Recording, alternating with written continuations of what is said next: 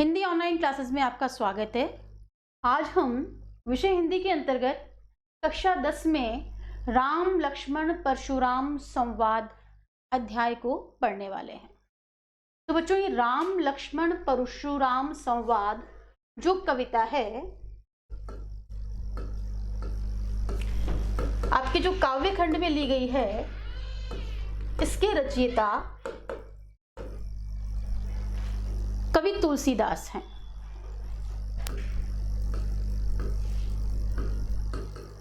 ये तुलसीदास कौन हैं, किस काल के हैं, किस समय के हैं, और राम लक्ष्मण परशुराम संवाद क्या ये इसी कविता का नाम है या इस कविता का कोई दूसरा रूप भी है? अब हम अध्ययन करेंगे। इस कविता को जानने से पहले हम कवि तुलसीदास का अध्ययन करेंगे। तो मैं आपको बताती हूं कि भक्ति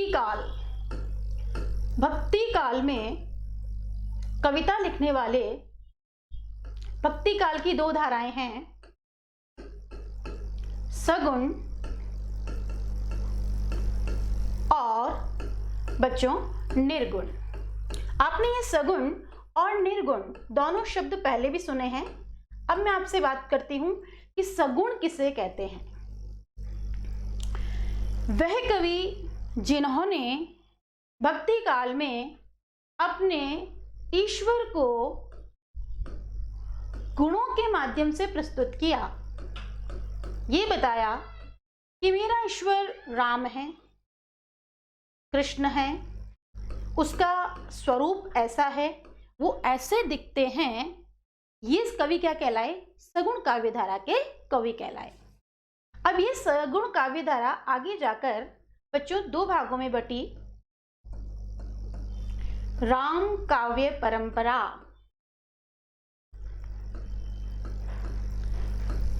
और दूसरी कृष्ण काव्य परंपरा। बच्चों, राम काव्य परंपरा में वे कवि आए जिन्होंने प्रभु श्री राम के विषय में या राम के चरित्र को विषय बनाकर उसके विषय में लिखा है।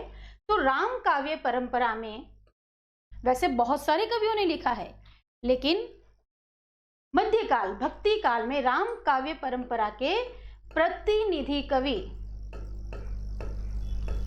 कहलाते हैं तुलसीदास। देखिए बच्चों, तुलसीदास का जन्म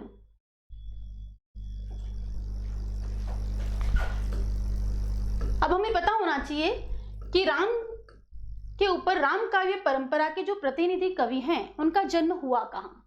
तो राम काव्य परंपरा के कवि तुलसीदास का जन्म उत्तर प्रदेश के बांदा जिले के 1532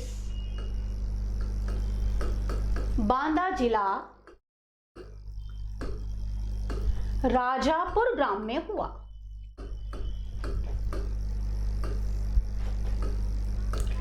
कुछ लोगों का मानना है बच्चों कि एटा जिला है, और एटा जिले के सोरो गांव में कुछ लोग बताते हैं। अभी लोगों के बीच में थोड़ा सा विवाद है कि कुछ कहते हैं कि ये बांदा जिले से है, कुछ कहते हैं कि ये सोरो गांव से है। अब ये तो रही 1532 इनके समय की बात, ये स्थान की बात। बच्चों, ये जो तुलसीदास कवि हैं ये जाति से ब्राह्मण थे, और इनके पिता का नाम आत्माराम दुबे था, और इनके पिता आत्माराम दुबे एक उच्च कोटि के प्रकांड पंडित और ज्योतिषाचार्य थे। इनकी माता का नाम हुलसी देवी था, और तुलसी इन्हीं हुलसी की संतान थे। ऐसा कहा जाता है बच्चों कि तुलसीदास का जीवन बड़ा ही संघर्षमय रहा, बड़ा ही अभाव में बीता। तो ऐसी कौन सी बात रही होगी जिससे कि तुलसीदास का जीवन अभाव में बीता या संघर्ष में बीता? तो इसके पीछे बच्चों एक छोटी सी कहानी है। ये देखिए कि जब तुलसीदास का जन्म हुआ तब ऐसा कहा जाता है कि सामान्य बच्चे जन्म पर रोते हैं, तुलसीदास रोए नहीं, पहली बात। ऐसा कहा जाता है कि जन्म के समय मुंह में दांत मौजूद थे, और जब बच्चे रोते हैं तो ये रोए नहीं, और नहीं रोए तो क्या हुआ, एक अद्भुत घटना कि इन्होंने जन्म के समय मुंह से बोला राम। ये सारी बातें बड़ी विचित्र लगी, और ज्योतिष के ज्ञाता आत्माराम दुबे ने देखा पंचांग और नक्षत्र से पता किया कि अभी तुलसी का जो जन्म हुआ है अभुक्त मूल नक्षत्र चल रहा है, और ये अभुक्त मूल नक्षत्र बच्चे के लिए, बच्चे के परिवार के लिए संकट लेकर आता है, पीड़ा लेकर आता है। तो जन्म के समय माता तुलसी का देहांत तो हो ही गया था, और तभी आत्माराम दुबे के मन में ये विचार आया कि क्यों ना मैं इस बच्चे का परित्याग कर दूं, और उन्होंने अपनी दासी मुनिया से कहा कि इस बच्चे को तुम जहां चाहे छोड़ आओ, लेकिन मुझे इस बच्चे को अपने घर में नहीं रखना है। देखो संयोग की बात है, बच्चे जब जन्म लेते हैं तो माता पिता प्रसन्न होते हैं, घर में आनंद उत्सव होता है, लेकिन हर व्यक्ति के, हर बच्चे के भाग्य में ऐसा नहीं होता है।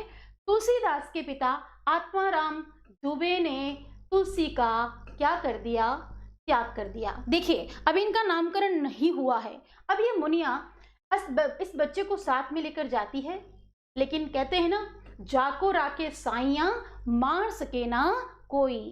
इस मुनिया के हृदय में बच्चे के प्रति वात्सल्य का भाव, प्रेम का भाव, ममत्व का भाव जाग जाता है, और यह मुनिया इसे अपने साथ अपने घर ले जाती है और इसका पालन पोषण करती है।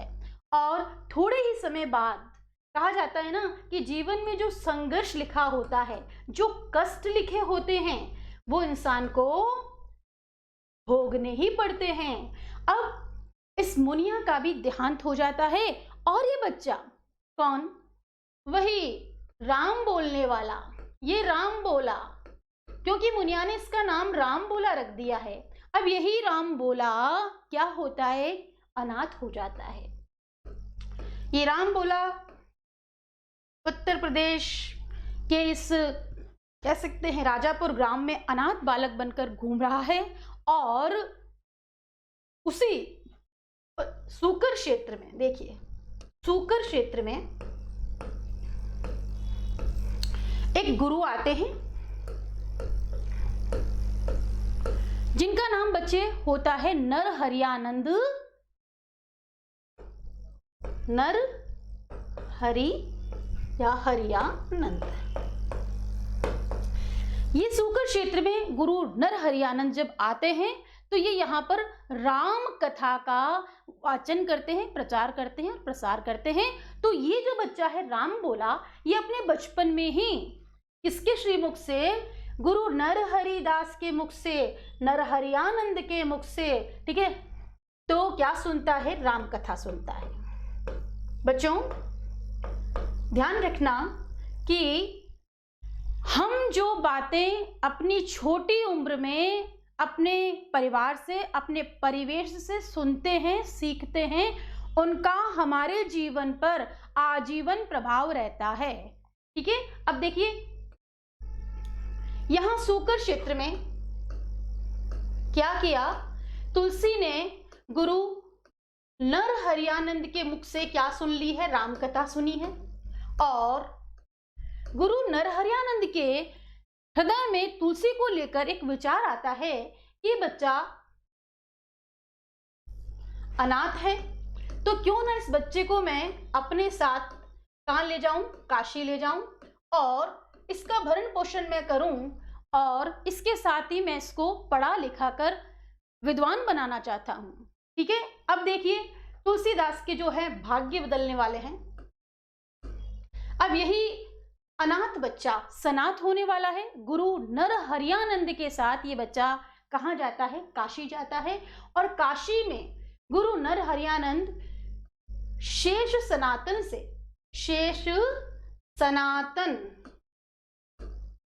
उससे जाकर किसकी भेंट करवाते हैं? राम बोला की भेंट करवाते हैं। और क्या कहते हैं कि मुझे इस बालक राम बोला को वेद वेदांग में, ज्योतिष में, व्याकरण में, हर शास्त्र में पंडित बनाना है। ये इच्छा कौन व्यक्त करते हैं बच्चों? नरहरियानंद किसके सामने व्यक्त करते हैं? गुरु शेष सनातन के सामने। और देखो, शेष सनातन उनकी बात को बहुत ही कह सकते हैं अच्छे भाव से सुनते हैं और वो ये कहते हैं कि जो आप चाहते हैं मैं वैसा ही करूंगा। और वो अपने आश्रम में उनको रखते हैं, उन्हें दीक्षा से दीक्षित करते हैं। ऐसा कहा जाता है कि जब उनका यज्ञोपवीत संस्कार हो रहा होता है, वो जब अपने गुरु के समक्ष बैठे होते हैं और ये जब संस्कार चल रहा होता है, तो बच्चों एक संयोग की बात है कि एक छोटा सा तुलसी का पत्ता, ठीक है, किसके सिर पर? तुलसी राम बोला के सिर पर आकर टिक जाता है। और ये बात दोनों ही किसको? गुरु नरहरियानंद को और उसके साथ शेष सनातन को बड़ी अद्भुत लगती है, एक विचित्र संकेत देती है। उसी दिन शेष सनातन क्या करते हैं? बालक तुलसी का नाम क्या कर देते हैं कि आज इस काशी के आश्रम में यह बालक राम बोला क्या किस नाम से जाना जाएगा? तुलसीदास के नाम से जाना जाएगा। चलिए अब मैं आगे बात करती हूँ। तो यहाँ शेष सनातन के साथ रहकर काशी के आश्रम में वो दीक्षित हुए हैं, ज्ञान विज्ञान की बातें सीख रहे हैं और उसके साथ ही वो क्या कर रहे हैं? अब काशी में धीरे धीरे वो प्रसिद्ध हो गए हैं, क्योंकि ज्ञान विज्ञान के साथ साथ प्रकांड पंडित बनने के साथ साथ उनकी उम्र भी बढ़ गई है और वही राम बोला अब क्या हो गए हैं? युवक हो गए हैं। जब वो युवक हो गए हैं तो उनकी पूरी ही काशी में एक तरह से प्रसिद्धि फैलने लगी है। तभी ब्राह्मण जाति के दीन बंधु पाठक एक व्यक्ति हैं, उनकी पुत्री का नाम है रत्नावली। यह रत्नावली बड़ी ही सुंदर है दिखने में, अनुपम सुंदर है दिखने में और साथ साथ में ये बड़ी ज्ञानी है। ज्ञानी होने के साथ साथ ये ज्योतिष का भी ध्यान रखती है, विदुषी हैं ये। अब देखिए दोनों ही सुंदर हैं। कौन? तुलसीदास और साथ में कौन? रत्नावली। दोनों का विवाह संपन्न कर दिया जाता है काशी में। विवाह के गठबंधन में जब बंध जाते हैं तो यही तुलसीदास अपने परिवार में बड़े प्रेम के साथ रत्नावली के साथ रहते हैं और ऐसा कहा जाता है कि ये अपनी पत्नी से कुछ ज्यादा ही आसक्त हो जाते हैं। और मैं तो ये कहूंगी क्यों ना हो आसक्त, क्योंकि जिस बच्चे ने कभी परिवार नाम की संस्था के विषय में नहीं सुना, वो अपने परिवार के साथ जब नहीं रहे तो उनके जीवन में जब परिवार बना है तो वो निस्संदेह उससे प्रेम करेंगे। तो इस तरह से ऐसी किंवदंतियां हैं, जनश्रुतियां भी हैं कि तुलसीदास अपनी पत्नी से बहुत प्रेम करते थे और एक दिन पत्नी कहाँ चली गई? पीहर चली गई। जैसा कि महिलाओं की आदत होती है, वह पीहर में सुख की अनुभूति करती है और किसी तरह का कोई इंटरफेयर नहीं चाहती है। तो यहाँ पे देखिए रत्नावली ने कहा कि मैं कुछ दिनों के लिए अपने पीहर जा रही हूँ और आप मेरे पीछे नहीं आइएगा, मैं कुछ दिनों में वापस आ जाऊंगी। अब चूंकि तुलसीदास को अपनी पत्नी से बहुत प्रेम है तो उन्होंने क्या किया? वह रात्रि के समय तेज मूसलाधार बारिश में कहां पहुंच गए साहब? अपनी पत्नी रत्नावली के घर चले गए और साथ ही ये देखा कि उसके कमरे में पहुंचने के लिए उन्होंने ध्यान भी नहीं दिया और सांप को ही पकड़ करके रस्सी और वो वहां पहुंच चुके हैं। लेकिन इस बात से बिल्कुल भी प्रसन्न नहीं होती है कौन? उनकी पत्नी रत्नावली। अपितु क्या हो जाती है? खिन्न होती है। खिन्न क्यों होती है? वह तुलसी को लेकर चिंतित होती है। क्यों होती है? कि ऐसी मूसलाधार बारिश में अपने प्राणों को संकट में डालकर यहां तक आने की आवश्यकता ही क्या थी? तब उन्होंने गुस्से में आकर उनको कुछ भला बुरा कह दिया और एक पंक्ति बोली कि अस्थि चर्म मम देह में तामे ऐसी प्रीति, और होती प्रभु श्री राम से तो होती ना भव भीति। बच्चों इसका अर्थ यह है कि आपको जितना मोह मुझसे है, यदि यही मोह आपने प्रभु श्री राम के लिए रखा होता तो निश्चित रूप से आपको भव, भव कहते हैं संसार, भीति कहते हैं उसका कोई भय फिर नहीं रहता, अर्थात आपको ईश्वर की सच्ची भक्ति प्राप्त हो गई होती।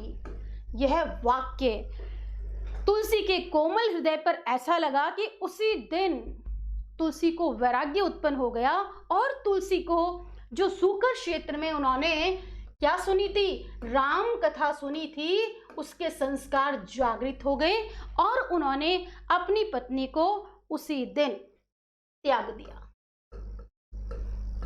कहाँ चले गए? दौड़ते दौड़ते अयोध्या की ओर।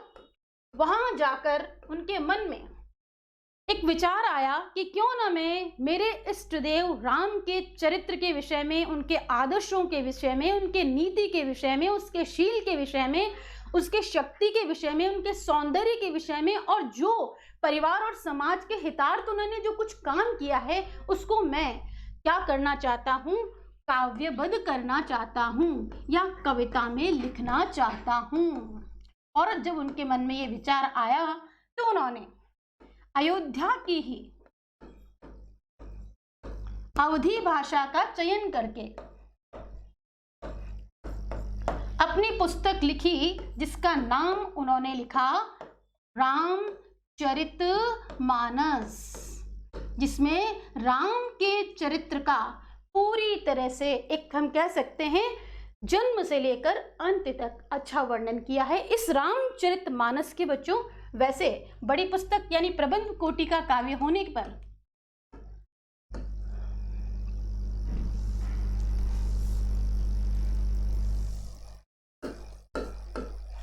इसके 7 कांड है।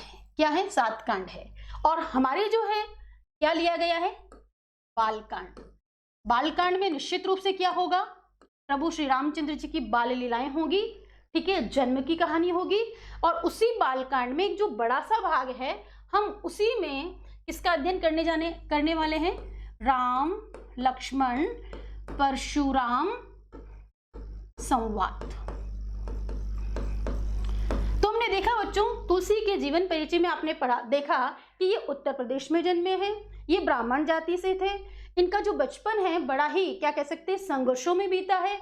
इनके पिता ने इनका त्याग कर दिया था।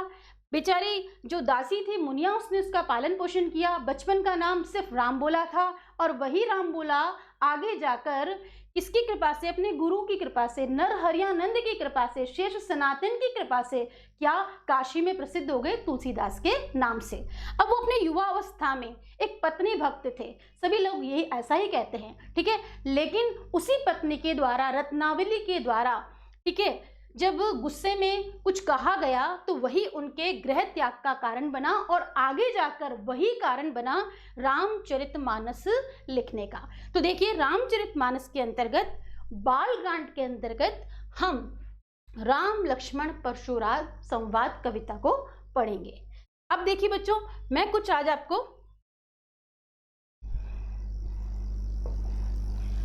ये देखिए, ये जो चित्र है,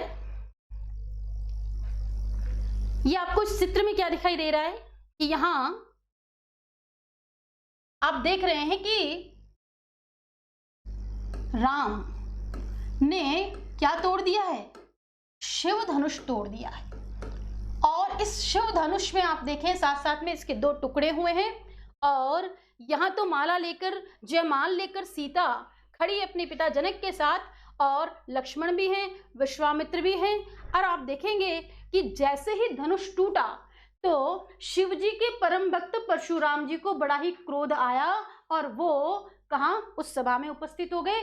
और उनके बीच में जो संवाद हुआ, जो बातचीत हुई, वही हमारी कविता का, काव्य का शीर्षक है, राम लक्ष्मण परशुराम संवाद। अब देखेंगे नेक्स्ट ये उनकी रामचरितमानस जो पूरी पुस्तक है, ये उसका चित्र है। इसके साथ देखिए, यहाँ भी मैंने आपको जो परिचय है लिखवाया, ये उसी का ही वर्णन है कि तुलसीदास का जन्म उत्तर प्रदेश के बांदा जिले के राजापुर गांव में सन 1532 में हुआ था। कुछ विद्वान उनका जन्म स्थान सोरो जिला एटा,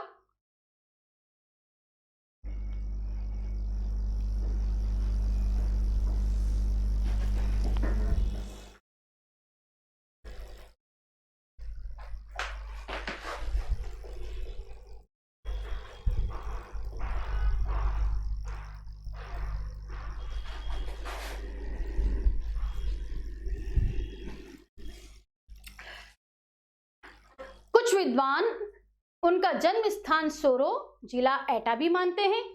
तुलसी का बचपन बहुत संघर्षपूर्ण था। जीवन के प्रारंभिक वर्षों में ही माता पिता से उनका बिछोह हो गया था। बच्चों, बिछोह का अर्थ होता है दूर हो जाना। कहा जाता है कि गुरु कृपा से उन्हें राम भक्ति का मार्ग मिला। वे मानव मूल्यों के उपासक कवि थे। राम भक्ति परंपरा में मैंने आपको बताया है कि भक्ति काल की सगुण काव्य धारा में राम काव्य परंपरा में तुलसी अतुलनीय हैं, जिसकी तुलना किसी और से नहीं की जा सकती। रामचरितमानस कवि की अनन्य भक्ति, राम को छोड़कर किसी अन्य की ओर वे आकृष्ट नहीं होते, ऐसी भक्ति को कहते हैं बच्चों अनन्य भक्ति। तो अनन्य राम भक्ति और उनके सृजनात्मक कौशल का मनोरम उदाहरण है। उनके राम मानवीय मर्यादाओं और आदर्शों के प्रतीक हैं। देखिए, मानव की क्या मर्यादा होनी चाहिए, उसकी कहाँ सीमाएं हैं, उसके साथ साथ आदर्श हैं वो कि हम पूरा ही समाज भगवान श्री राम के गुणों का अनुकरण करके अपने परिवार को, अपने समाज को अच्छा बना सकते हैं। पिता कैसा हो, पुत्र कैसा हो, पत्नी कैसी हो, भाई कैसा हो, ये हम राम के इस चरित्र से सीख सकते हैं। देखिए, जिसके माध्यम से तुलसी ने नीति, स्नेह, शील, विनय, त्याग जैसे उदात्त का अर्थ होता है बच्चों उदारता, आदर्शों को प्रतिष्ठित किया। रामचरितमानस उत्तरी भारत की जनता के बीच बहुत लोकप्रिय है। देखिए, क्योंकि ये उत्तर प्रदेश, तो उत्तरी भारत की जनता को तो ये लोकप्रिय होगा ही, क्योंकि उनकी ही मातृभाषा अवधी में इसकी रचना हुई है। अब देखिए, ऐसा नहीं है कि कवि तुलसी ने सिर्फ रामचरितमानस की ही रचना की है। रामचरितमानस के अतिरिक्त उन्होंने मानस के अलावा कवितावली, गीतावली, दोहावली, कृष्ण गीतावली, विनय पत्रिका आदि इनकी प्रमुख रचनाएं हैं। ऐसा नहीं है कि एक प्रबंध काव्य लिखकर फिर इन्होंने विराम दे दिया, इन्होंने मुक्तक रचनाएं भी लिखी है। अवधी और ब्रज दोनों भाषाओं पर उनका समान अधिकार था। देखिए बच्चों, समान अधिकार का मतलब यह है कि आपको जितनी अच्छी हिंदी आती है उतनी अच्छी अंग्रेजी भी आती है। ठीक है, तो आप दोनों ही भाषाओं के क्या हैं, दक्ष हैं, निपुण हैं, ठीक है, पारंगत हैं। तो अब यहाँ आप देखेंगे कि तुलसीदास को अवधी भाषा और साथ साथ में ब्रज भाषा दोनों की बहुत ही अच्छी जानकारी थी। अवधी भाषा में तो कवि जायसी ने भी लिखा है, लेकिन उनकी जो अवधि है वो ठेठ अवधि है, वो ग्रामीण अवधि है। इनकी जो अवधि है वो परिष्कृत अवधि है। अब आप देखिए कि सन 1623 में काशी में उनका देहावसान हो गया। तुलसी ने रामचरितमानस की रचना अवधी में और विनय पत्रिका कवितावली की रचना ब्रज भाषा में की है। उस समय प्रचलित यानी भक्ति काल में जो चल रही थी काव्य धाराएं, जैसा कि लोग और लिख रहे थे, सभी काव्य रूपों को तुलसी की रचनाओं में देखा जा सकता है। रामचरितमानस का मुख्य छंद, देखो बच्चों, छंद क्या होता है, किसी भी कविता को गेय गाने योग्य बनाने के काम आता है।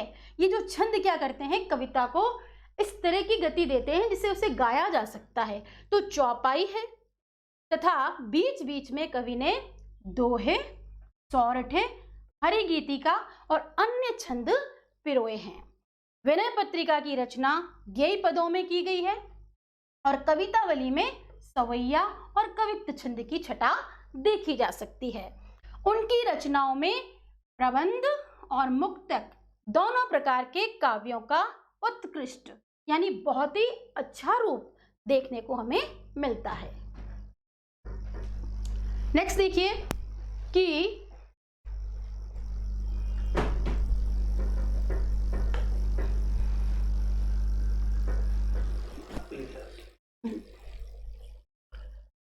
हाँ, तो नेक्स्ट क्लास में बच्चों हम फिर देखते हैं आगे का अध्याय।